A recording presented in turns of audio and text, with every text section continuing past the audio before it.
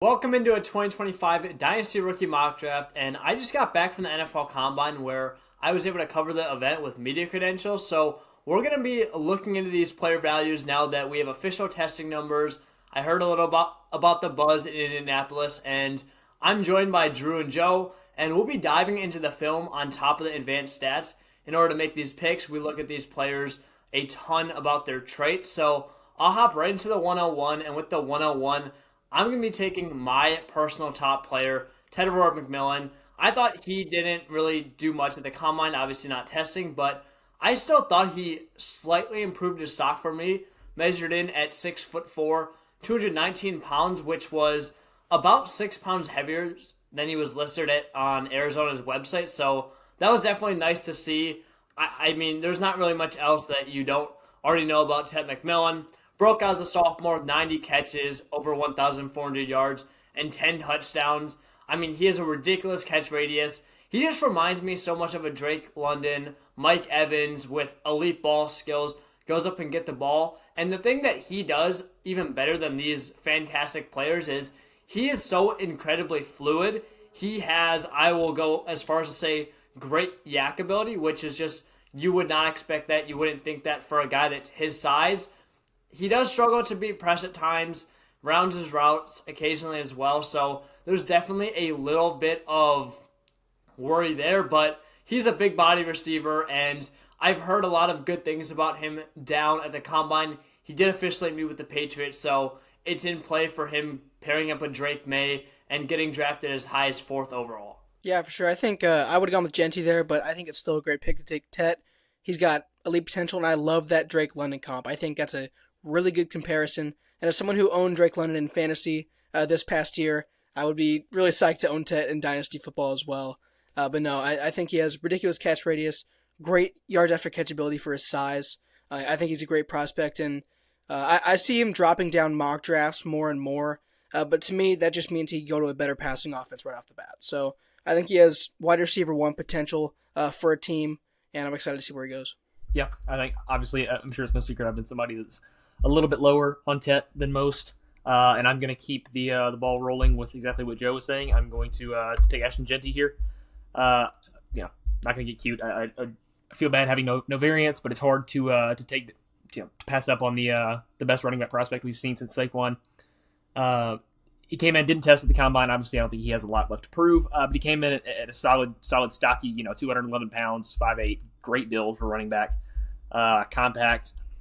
Low pad level, we've seen how well he runs with that. So hard to bring down. The contact balance is just out of this world. Smart runner, great vision. I don't personally have any athleticism questions. I know people have kind of tried to make that a thing. I don't really think it is. We didn't really get to see the receiving upside the past season, but Boise used him a lot, like in that past game in 2023. I think he's got that receiving ability. We just didn't really get to see it this past year, but I think an NFL team's going to want to bring that out. But yeah, I think he's just solid all around. Going to be an immediate top 10 guy when he gets drafted. Possibly in that Chicago, Dallas-ish landing spots. I think he lands in somewhere with even semi-serviceable offensive line. He's going to be a 1,500-plus yard rusher and somebody who's really productive right off the bat. Yeah, I mean, for sure. I think that's a great pick. It's what I would have done at the 101. Since we're in Superflex here, quarterbacks carry more value. Like I did in the last mock draft, I'm going to take Cam Ward here, quarterback out of Miami. I mean, the guy, he's my QB1 right now. I know Sanders has that high floor to me, but Ward's got the high ceiling. I think he has QB1 in fantasy potential. If he can unlock kind of all his tools, he can make every throw on the field, some ridiculous tight window throws he's put on film. I think he can be a franchise quarterback pretty soon off into his career if he gets the right landing spot. That could be Tennessee, or we could see a team like Cleveland trade up, a team like Las Vegas trade up to the number 1 spot and take him, or he just falls maybe to 2 or 3. But I think he's got a very high ceiling, and that's what I'm willing to bet on Superflex, getting that quarterback on my roster that can lead my team, hopefully to a fantasy championship. But again, he can make every throw. He's got ridiculous arm strength, and I'm really excited to see where he lands, how he does. And it'll definitely be a debate, him and Sanders, for years to come. But I think hopefully Ward will take over as the QB1. Ward is officially my QB1 as well. I hope you guys are happy. Him and Sanders are very close, but it'll be interesting. I think the ceiling there, I think him playing in structure pretty well at times is definitely what bumped him up for me. And it'll be interesting to see if a team goes up and gets him. I would love the Jets to. However, even though there was rumors about him going, I also heard a lot of rumors that there's no way that they're going to make that move just because of how new the general manager and head coach are, to the staff. So it'll be interesting. I hope Titans wouldn't be terrible, but anywhere else besides the Browns would honestly be pretty good for Ward. So at the 104 for me, I'm going to take not Shedeur Sanders. I'm going to grab Luther Burden, who, despite giving me a pretty poor interview at the Combine, I thought he could have used a little more media training. He's still a fantastic receiver, and I'm not knocking him too much for his drop-off in 2024.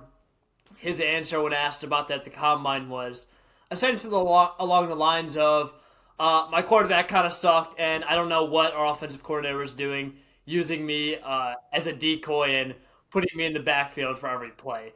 Something along those lines. And I was like, that was your best answer. I get you there, Burden. But no, as a sophomore, great stats, 86 receptions for over 1,200 yards, 9 touchdowns. He did have, I believe, someone help me out here. Was it his hand size that measured in a little smaller than we'd like to see at the Combine? Yeah, I think he ended up right like sub 9-inch, I want to say, like right below that. But for so many of those measurements, like with the hand measurements, people kind of blow that stuff out of proportion. Drops were not an issue in any year of Burden's tape. If you watched any time of him at all at Missouri, that he was not somebody that struggled with that at all.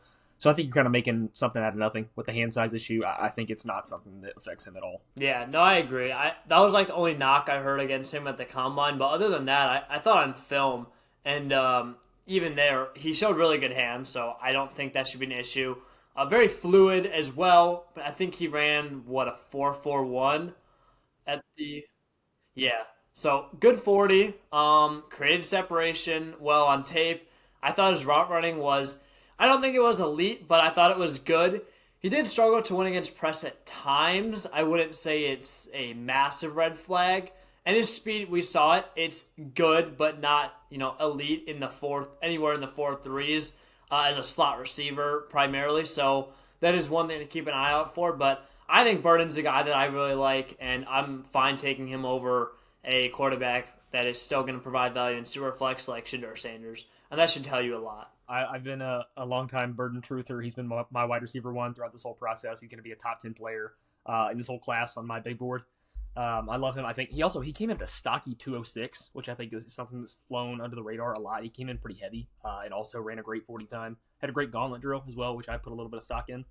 And coming up next, I'm going to go Amarion Hampton here, actually.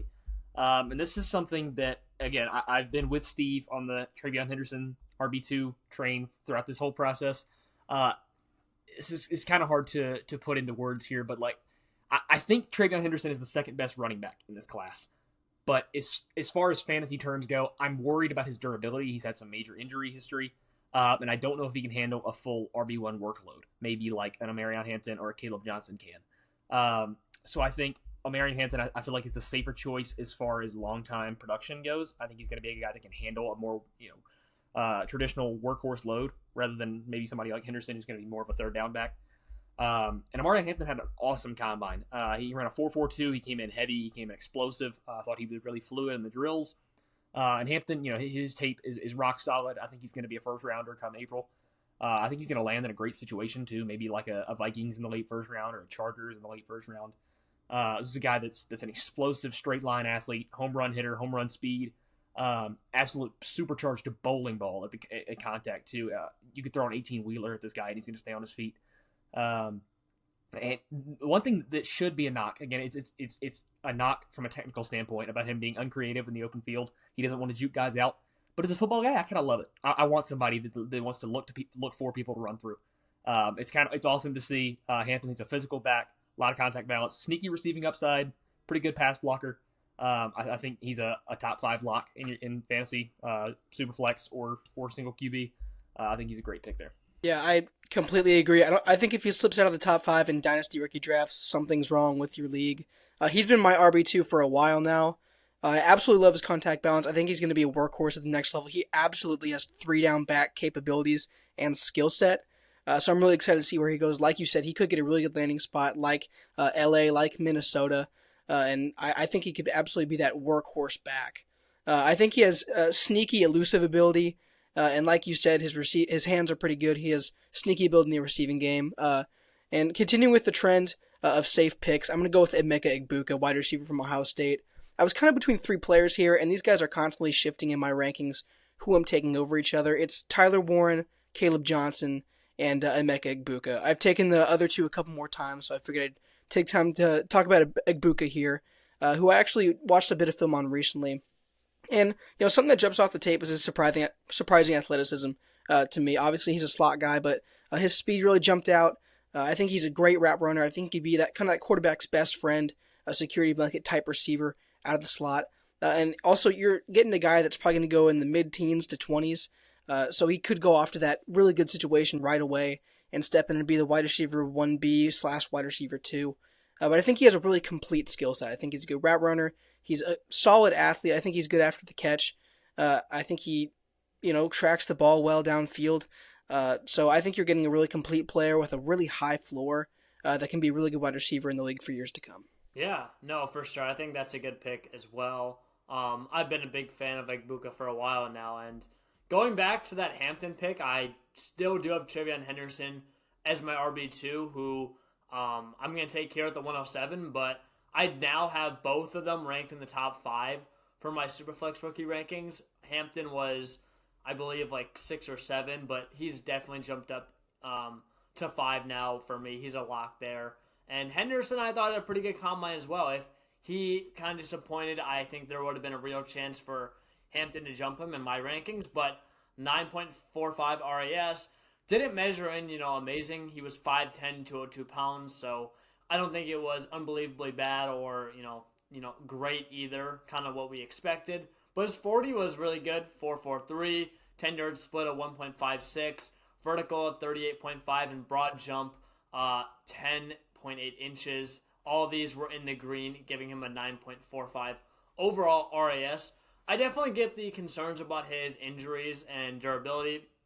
I think if he goes to a place where he is going to be, I would honestly rather have him be in a, Jahmyr Gibbs type committee, because I think that's where he's going to get protected the best. That's where he's going to get the best usage. He wins off efficiency, not off volume. So that's the thing that could, make or break him for Dynasty. But broke out as a freshman with 1,248 yards. I mean, he had a phenomenal year on the ground, 6.8 yards per carry. Caught pass as well, 27 catches for over 300 yards. And he just has a ton of juice, great hands. Will get on the field on third downs, too, to block. I think that's a very underrated part of his game, which will then translate into dump-offs. We saw it at Ohio State. We saw it time and time again. His vision is a little inconsistent, I will say. He always tries to hit the home run more than he should. But, again, that's kind of his game. You're going to have to live with it because it can produce those 70-yard breakaway runs as well. So, you'll get it. I don't think it's too much of an issue. And he's just not as physical. He's not the biggest back in the world. We kind of talked about his medicals. Struggled to stay healthy at his career at Ohio State besides his freshman year and his final season. And just isn't, super, super heavy and isn't super, super big overall. I love the value for Henderson there, and I don't want to try to backtrack. He's still, I think, the second best running back in this class. I'm not going back on that at all. It's just, again, some of the fragility issues kind of worry me. But heading into this next pick, I'm going to go with Matthew Golden out of Texas, the receiver that I've had climbing my board for a while now. I've taken him in some of these mocks that we've done on the channel before. But I think he's going to be going even higher. He's going to keep climbing. This guy's been a first-round grade for me for a while, but I think he's somebody that as someone who I consider myself pretty high on him, he shocked me even in Indianapolis. He had a way better combine than I could have imagined. I expected him to run well. I knew he was a good athlete. I was thinking like low 4.4s was going to be a good time for him. I didn't expect a 4.29 ever. That came out of nowhere. It really surprised me. The top end athleticism is there for him. He's easily the best separator in this class, right there with Burton is the best separator in this class. Golden is a guy that's going to come into an offense and be an immediate starting Z receiver. He's going to be a Z receiver in this league for a long time, probably at least a decade. He's a safe pick. Guy that's got, an already veteran NFL release package. He's so advanced and developed as a separator. Um, has a pretty good ability at the catch point too. From a guy, typically when you see a more prototypical Z receiver separator, they're going to be a guy that's kind of small at the catch point, not a lot of strength there. But Golden can go up and get it. He can be aggressive when he needs to. And I think Golden is going to continue to rise up boards as he should. He's very well deserving of that, and I think he's going to be a top 20 pick come April. Yeah, I agree. I mean, there's buzz of him being even the first receiver off the board now after that combine, but I mean, he absolutely locked himself in as a first round pick. Depending on where he goes, maybe it's the teens, maybe it's the 20s, maybe he even finds himself in the top 10. I don't know. There's a lot of time before the draft still, but that's a good pick to me. Obviously, rising up a lot of boards, including mine. With my next pick here, I'm going to take Caleb Johnson, sticking with another running back. I think he's kind of the last running back I can see being kind of a workhorse, really at a ceiling. I didn't realize quite how big he is. He's 6 foot 225, listed on ESPN, and still had a good combine. I think he ran a solid time for his size, so I liked what I saw there. He's an extremely patient runner, and again, I think similar to Hampton, he could have a lot of really good landing spots. I think he'll go pretty early on day 2 as running backs start to come off the board. It's a strong class, of course. But again, I think he has that workhorse ceiling. He has the patience. He has the size you want to see. That he can be that true power back. You can just plug up the middle. But again, I really like Caleb Johnson as a prospect. And just going off fantasy, I want to see that volume heading into the next level. So, I mean, it'll obviously depend on landing spot after the draft happens. But as we're standing now, I think he has that workhorse ceiling. And that upside just gives me a lot of hope drafting him here. The workhorse ceiling is a good point, and I don't want to knock Johnson too much because I think he's still a great player. I have him as my 11th ranked player, but I do think that there is a pretty noticeable difference between him and Omarion Hampton. Getting to watch them up close. Johnson, it's not that he was necessarily bad, but Hampton really looked quick with his cuts. He looked pretty explosive. He looked good catching the ball, very fluid. Johnson was just, I think it's just more that I heard people saying he should be the RB2. He's really quick. He has great hands. And I don't think that he has bad hands. I don't think he's slow, but I think he has fine, good speed. I think he has fine to good hands. I just didn't see a whole lot of elite traits out there, and I thought the difference between getting to see Hampton work out on the field and then seeing Johnson right after kind of put them into perspective. And I have Hampton as a top 5 pick, and I have Caleb Johnson near the end of the first round now. So just want to throw that out there. I don't think that's a bad pick at all, though. At pick 10, though, I am going to go with the last, really relevant quarterback already, in Shedeur Sanders. He was my quarterback 1 for a while. I think he's right up there with Cam Ward. I have him as my 6th ranked overall prospect, back-to-back with Ward. So I still like him a lot. The main thing I like about Sanders is he's just a fantastic football player, and he's very smart. He wins between his ears. He has a great football IQ, and I think teams were starting to pick up on that down in Indianapolis if they hadn't already. But he's not going to break fantasy football like Ward, potentially could. But I just see him being like a Tua Tagovailoa, Brock Purdy type of player, a middle of the pack, high-end QB2. Maybe he'll have a few low-end QB1 seasons. I just don't see him becoming a bust at the NFL level, even though that's kind of the narrative because, he's so flashy. He's Deion Sanders' kid. It's superstar or nothing.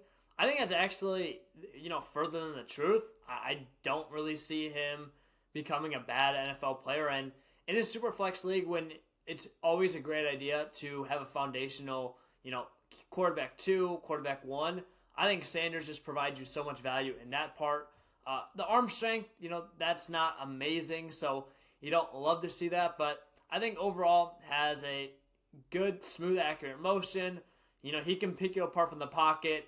He can, scramble. He's not the best rusher, again, which is another thing I have Ward with him being ranked over Sanders. But I really liked how he improved each year in college as well under an atrocious offensive line. So even if he goes to a team like, let's say the Browns or one of those organizations that are in a dumpster fire, I think that he won't crumble completely in year 1. Yeah, I've been somebody that's lower on Sanders than most. I'm sure I'm the lowest out of this group. And For me, I think the gap between somebody like Tyler Shuck or Will Howard to Sanders is a lot closer than the gap between Sanders and Ward. And I think we kind of saw that emerge out of the combine this past week, where the NFL is saying that Ward is the clear front runner. I just think the arm talent worries me. I don't think he's an NFL level athlete. And the main thing that worries me, honestly, is the pocket. I understand the offensive line at Colorado was a disaster. I'm not trying to paint that like it wasn't, but this is a guy that has really no internal clock. He holds onto the ball for a disastrous amount of time, constantly tries to create something out of nothing when he's not necessarily a good enough athlete to create out of structure like he tries to. And I think that's kind of a disastrous habit that he's going to continue to take to the next level. And he could get himself into some real trouble there. So I'm lower than most on Sanders, but I agree with most of the points Steve laid out. And heading into the next pick, I'm going to start the run on tight ends with Colson Loveland.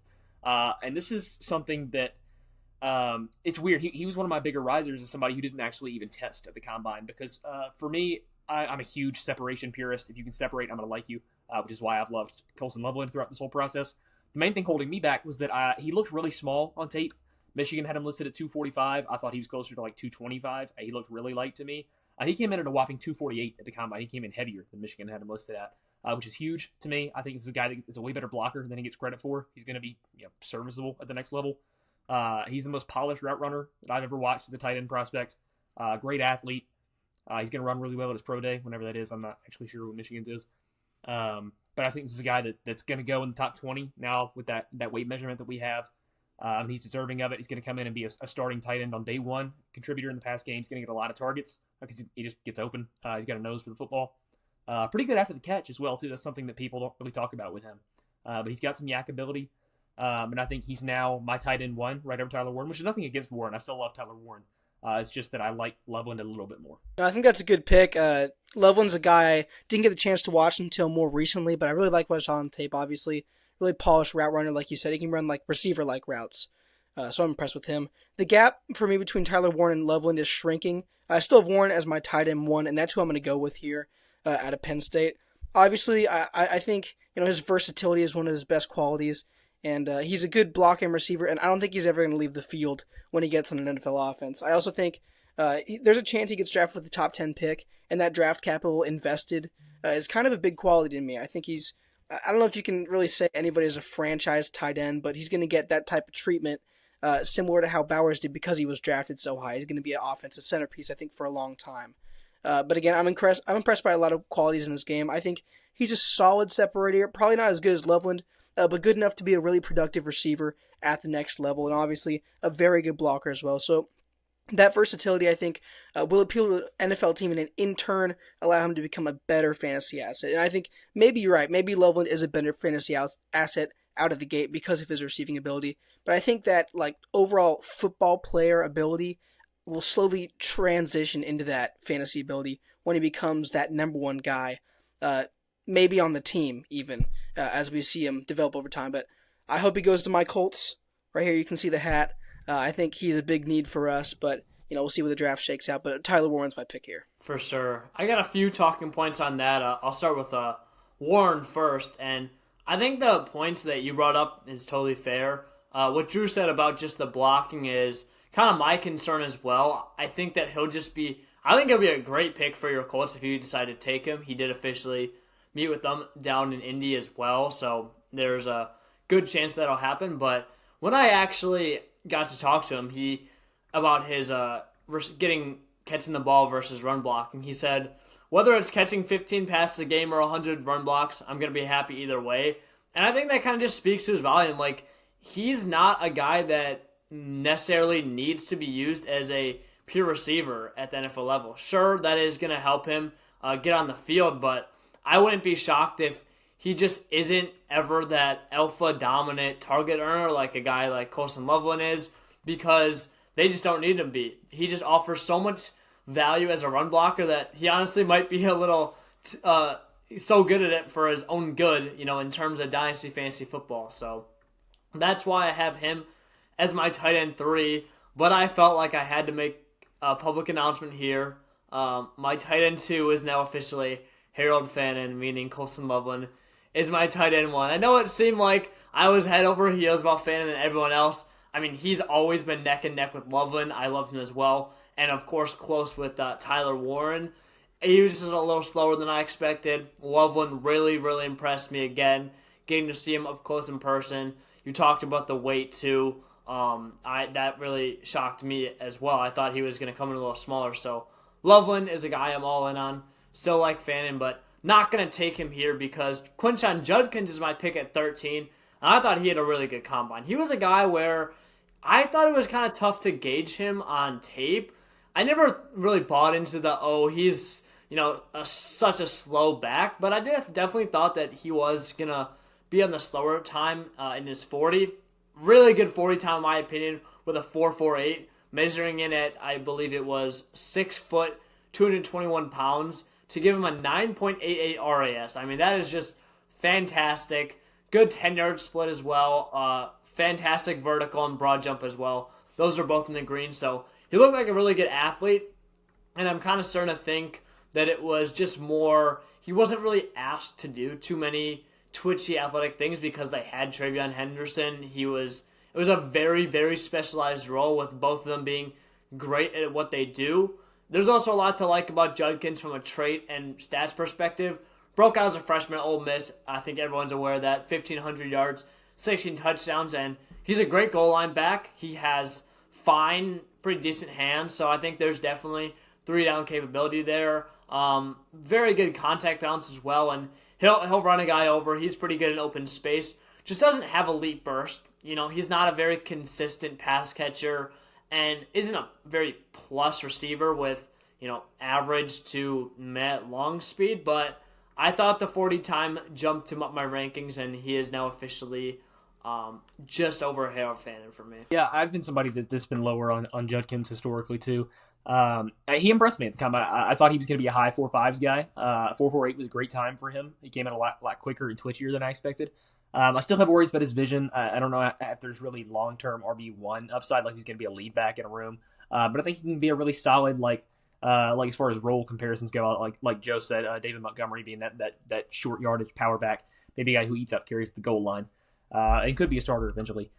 But I'm gonna hit I like Io Manor with my next pick. This is a guy that I've tried to preach for a while too. I'm a huge fan of his. I think he came in at solid measurements. Some weird stuff going on as far as like Senior Bowl and combine measurement discrepancies go. I don't know what they were doing up in Mobile, but they were just flat out wrong on a lot of these measurements.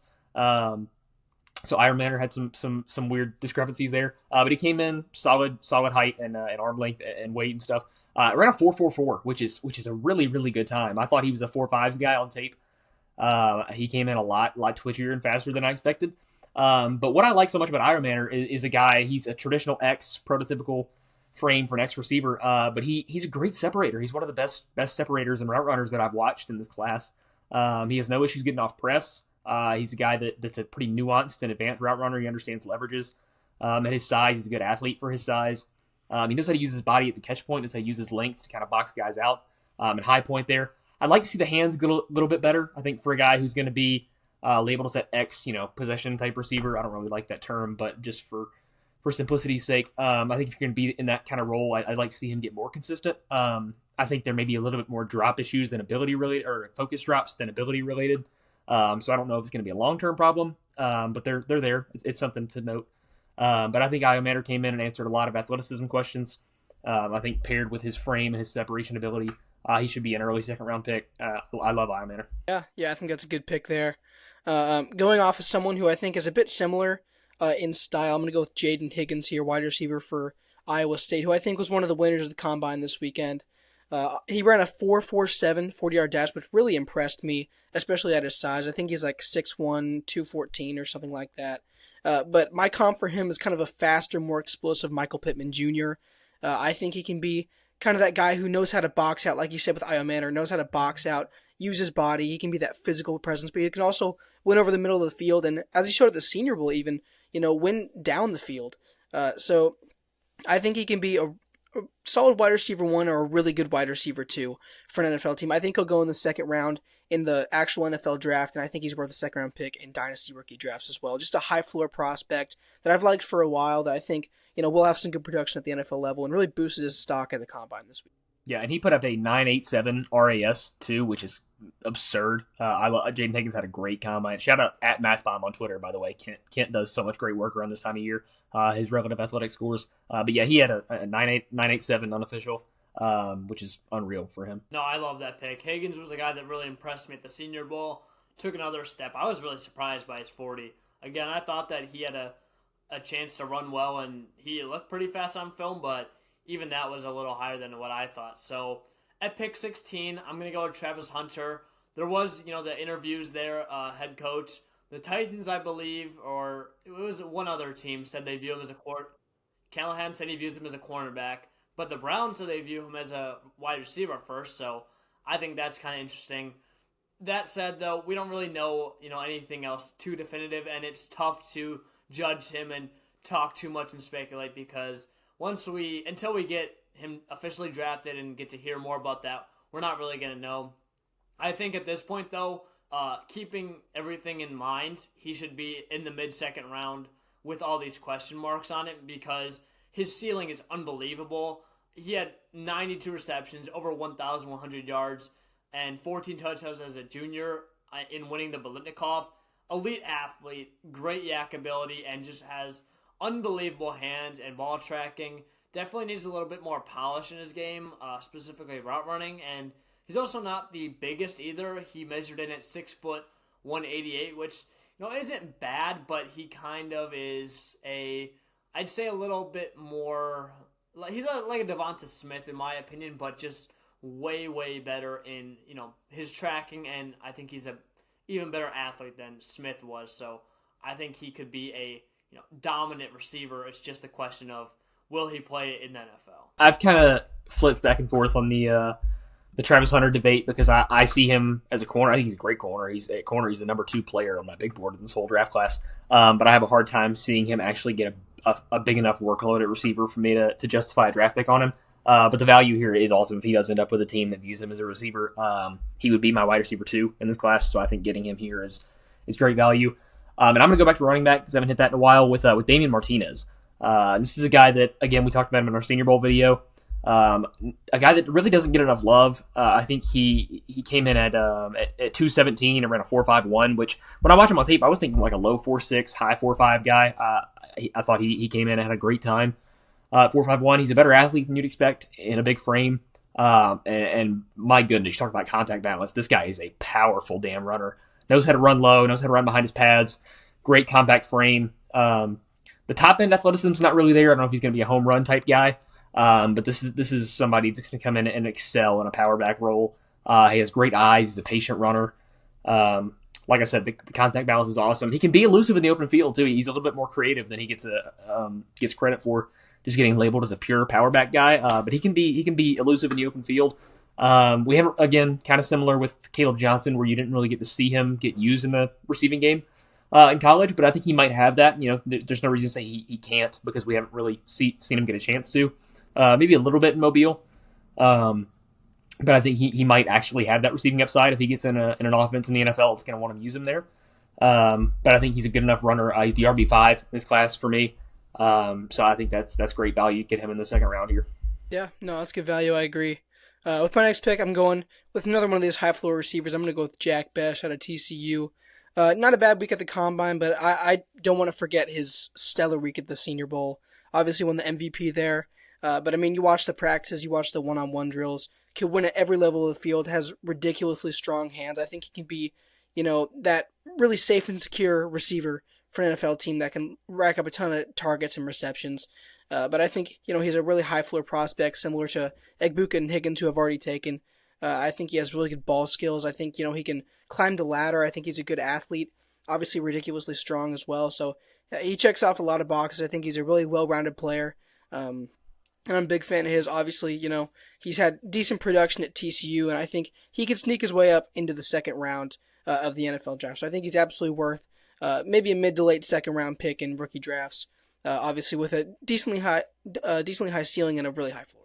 I love both those picks. I have Martinez and the player I'm going to talk about right now, flipping back and forth as my RB 6 or 7, I believe. I have 7. I have Scadaboo. ahead of him as well. But Best as well, player I love. We'll talk about, this is the first play I don't think we've talked about at all this draft cycle, and that has to be the biggest winner from the combine. Bayshaw Tootin running a 4.38 40-yard dash. And I knew a little bit about Tootin going in, but I did not know he was going to be this fast. I mean, this much better than everyone else. Had a 9.73 RAS, unreal 10-yard split, 1.52. So, fantastic player. He also measured in at 5'9", 206 pounds. So running a 4.38 at that size and that weight is very, very impressive. Just to give you some context, Devon Achane, one of the fastest players in the NFL, I think everyone can agree with that, ran a 4.32 as well. But he ran that at 188 pounds. Tootin was 206. So big difference there. The athletic profile is unreal for running backs, and that is very important for his draft capital. I think he's pretty much a lock to go on day 2 now. NFL teams are going to love that explosiveness, want to give it a shot. Great vertical, great broad, fantastic athletic score all around the board. I went back and dove into his profile on film a little bit as well after this weekend, and the main knock against him is, one, he's not a great receiver. I don't think he's, has no hands, but it's definitely not a plus for him versus other players. But the other thing is just fumbles. The ball security was very poor and very evident on film, and unfortunately in the NFL, if you cannot hang on to the ball, that is the easiest way to get benched. We saw it with Antonio Gibson. So I'm just a little scared that that's kind of what we could be seeing.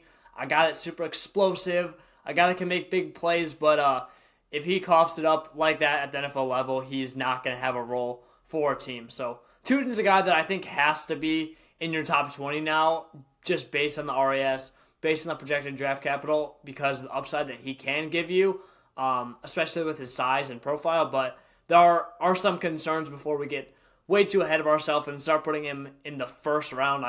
I've seen that from a few people, and I think that's kind of crazy. So I think this is the most realistic outcome for where he should be going in rookie mock drafts right now. Yeah, Tootin is somebody I've wanted to spend some time talking about on this channel before, especially after he had a great week in Mobile, great Senior Bowl week. And I think you watch him, and he looks like a prototypical, third down scat back. Like he's super athletic. I thought when I watched his tape, I was expecting a 4.2 from him. Honestly, I thought he was going to run faster than he did, even, and he had a great 40-yard dash. He's such an explosive athlete. He's got good vision. He gives you everything you want as a runner. But the hands just keep me back on him so much because, and again, if it was major ball security issues, like Steve said. So many fumbles on not a lot of carries. It's really bad. It's a significant problem. But if it was just fumble issues or just drop issues, I can get over one of those. The problem is when it's both, there's a common denominator there. I think he has a serious problem with his hands because that's the common denominator between both drop issues and ball security issues, and I don't know if that's something they can fix at the NFL level. Just ball security issues. Jahmyr Gibbs had horrible ball security issues, and the NFL fixed him of that pretty quickly, and now he's, we all know what Jahmyr Gibbs is. But I think having both of those issues is something that's a lot harder to get over. So that's the only thing keeping Tootin down on my board. Heading into this next pick, I'm going to go with who was my biggest riser from the entire combine is Iowa State receiver Jalen Noel. I think it's not Noel, right? It's Noel. And that's somebody, again, I liked this guy pre-combine. This is not somebody that was low on my board. He was a top 75 player for me. But he's even higher now because he tested out of this world. This is a guy that came in sub 200 pounds, and still had a 9 plus RAS. I forget what the actual number was. But that's hard to do. This guy ran a sub 4.4, 4.39 40-yard dash, 1.51 split, which is pretty crazy. Led the receiver in both broad jump and vertical with a 41.5-inch vertical and an 11.2 broad jump, which is ridiculous. And probably the craziest stat of the entire combine, this guy outbenched Michigan defensive tackle Kenneth Grant with 23 reps on bench, which is just insane to me. I find that hard to comprehend. But this is a guy, he played slot at Iowa State, and I don't know if he necessarily has the frame to play outside at the next level. But I think he has the separation ability and the ability to beat press. So, I'm not saying he's going to be stuck there. It's just something we haven't really seen him do. But he's an advanced separator, obviously an incredible athlete like we just saw at the Combine. Pretty good at the catch point for his size. It's a guy that's going to fight, not necessarily big enough to fight through some of the more aggressive press corners at the catch point, but, he's got some punch to him, some pop. But I think this is a guy that's just a way better athlete than anybody gave him credit for, like we saw coming out of this week, and somebody that's going to be rising draft boards very, very quickly with this performance in Indy. Yeah, for sure. I think, both Iowa State guys had great weeks. Jalen Noel was obviously, one of the best players of the NFL Combine, one of the biggest risers, and also the Senior Bowl. So he's had a couple really good times here throughout the pre-draft process. I'm a big fan of that pick. With my next pick, I'm going to go with Jackson Dart. Simply just rounding out the quarterback position here. It is super flex, and, as much as I am not sure about him being a first-round pick, I think he definitely has a chance to go in the first round. It could all be smoke screens. He could end up being a mid to late day 2 pick, but I'm willing to take him as a flyer here in case he goes in the first round. Team wants to take a chance on him. I think he's had decent weeks at both the Senior Bowl and the Combine. Nothing crazy, but was probably the best quarterback to actually test and go there at both events, in my opinion. I think he has underrated, ability on the ground as a rusher. I think he's got a solid arm. A lot of the things you need to be a solid quarterback in the NFL. Obviously, he's not a perfect prospect. There are things that he doesn't do well, but going off where he could be drafted at his ceiling, again, we could be totally wrong. But if he could be drafted in the first round, he's a guy I want on my roster simply because he might get the chance to start at some point, and that's extremely valuable in Superflex. So if the report's true about Dart, I'm willing to draft him here at the end of the second round. He's a player that looked good. I thought that he looked good throwing the ball. I thought the ball came out of his hand pretty well. I'm not going to rise him up too much on my board because I'm just not a big fan of him as a prospect in general. I'm taking his film on what he did at Ole Miss, and while it definitely did, show out at times, he had some big highlight plays. He looked good as a runner at times. Overall, I just really don't see it with Dart. I'm not going to move him up here until we see NFL draft capital because I still have a hard time believing that he's a first-round pick, even with how bad this quarterback class is. But like you said, Joe, if he's a first-round pick, we have to respect the draft capital for Superflex leagues, and he'll be going even higher than this. At 22, I am going to take Elijah Arroyo, the tight end out of Miami. And I know Drew's a big fan of his, and he honestly definitely put me on to watching his film the first time. Saw him dominate the Senior Bowl, and I really wish he tested at the Combine. He was still banged up. I think it was the injury from the Senior Bowl he kind of said he had. Yeah, so we'll just go right into it. That's the main reason that's holding him back is he's had a long list of medical issues. He has the injury here, and I didn't really hear anything about it in general at the Combine, but that's something to monitor. I just am scared that it'll be tough for him to get on the field, tough to overcome that because he's really only had one season of production, and that was this past year with Cam Ward. So if the medicals are clear, if NFL teams give him a shot in the second round, early third round, I'd love him, but that's a little worrisome. Just talking about his prospect traits real quick and film, I thought his movement skills are clearly very, very incredible. He's very fluid. He has great hands. He's a big body receiver. I believe what he officially measured in at, but it was around 250, I believe, like 6'4", 251. Yeah, so he's not just like the Harold Fans of the world where he's a little smaller and will play slot. Yeah, 6'5", 250. So he can move, and he's a big guy that will block for you as well. So big fan of Arroyo, and assuming the medicals go well, I'd love to take him here at the late second round. Yeah, I love Arroyo. I've sung his praises on this channel multiple times. I won't run you guys through that again. I think I've done it in every mock draft we've done so far. So I think Steve summed it up pretty well right there. Jumping into my next pick, a guy that we haven't talked about on this channel before is Texas running back Jaden Blue, or Jadon Blue. I don't know how you pronounce that one, but this is a guy that I didn't get around to his tape until very, very recently. I was late to the party on this guy, but it's awesome, man. It's a guy, there's not a lot of tape. It takes a lot of projection for this eval. I understand why a lot of people are hesitant with him, because it's a very, very, very small sample size. He did not have many carries at all in Texas' offense. He was not the lead guy. He's used much more as a receiving weapon than he was in the run game. Not a lot of carries, but he made the most of those carries. This is a guy that he's right there with Tootin for the most explosive athlete in this whole class. He ran a 4.38 right there, tied with Tootin for the best time out of the running back class. And I thought he was going to be a 4.2 guy as well. He looked like that on tape. He was super explosive. I know we've thrown around the Devon Achane comp a couple times with Marcus Yarns and with Tootin earlier. But I think if I had to pick one guy to give it to in this class, it's Jaden Blue. There's a lot of similarities in their games. Blue is right there with LaQuinn Allen, who I've talked about before is the best receiver in this class. You could put him at slot receiver, and you would think that's his position. Amazing route runner, fully extensive route tree at Texas, great hands. Like I said, explosive athlete, short area quickness, lateral speed, long speed. He's got all of it. Incredibly elusive in the open field. Like I said, very limited sample size as a runner, but I thought he had good eyes, pretty good vision, patient runner when he did get to run. So it takes a lot of projection. That's why you're taking him late. We'll see how well that translates to the next level. But I thought in the limited amount of carries he got at Texas, I thought he was one of the better runners in this whole class. Yeah, I agree. I think he's got great potential as a receiving back, definitely. He showed a lot of those skills at Texas. All those routes, like you said, polished route tree. I like the pick there. With my last pick, I am going to go with Dylan Sampson, Tennessee running back, a guy that I don't think we've talked about too much, but I haven't taken running back in a while, and I think he's the best one left on the board as kind of this flyer. I think, late second round pick, early third is a good place to take him in rookie drafts. I think he could go late day 2, maybe very early day 3 in the real life draft, but a running back I think could see some volume early on. I think he's the best prospect remaining out of this group. I think he's got solid vision. I think he's got good speed, all the tools to be a contributor, hopefully early on in his career, and a guy I think is worth taking a flyer on.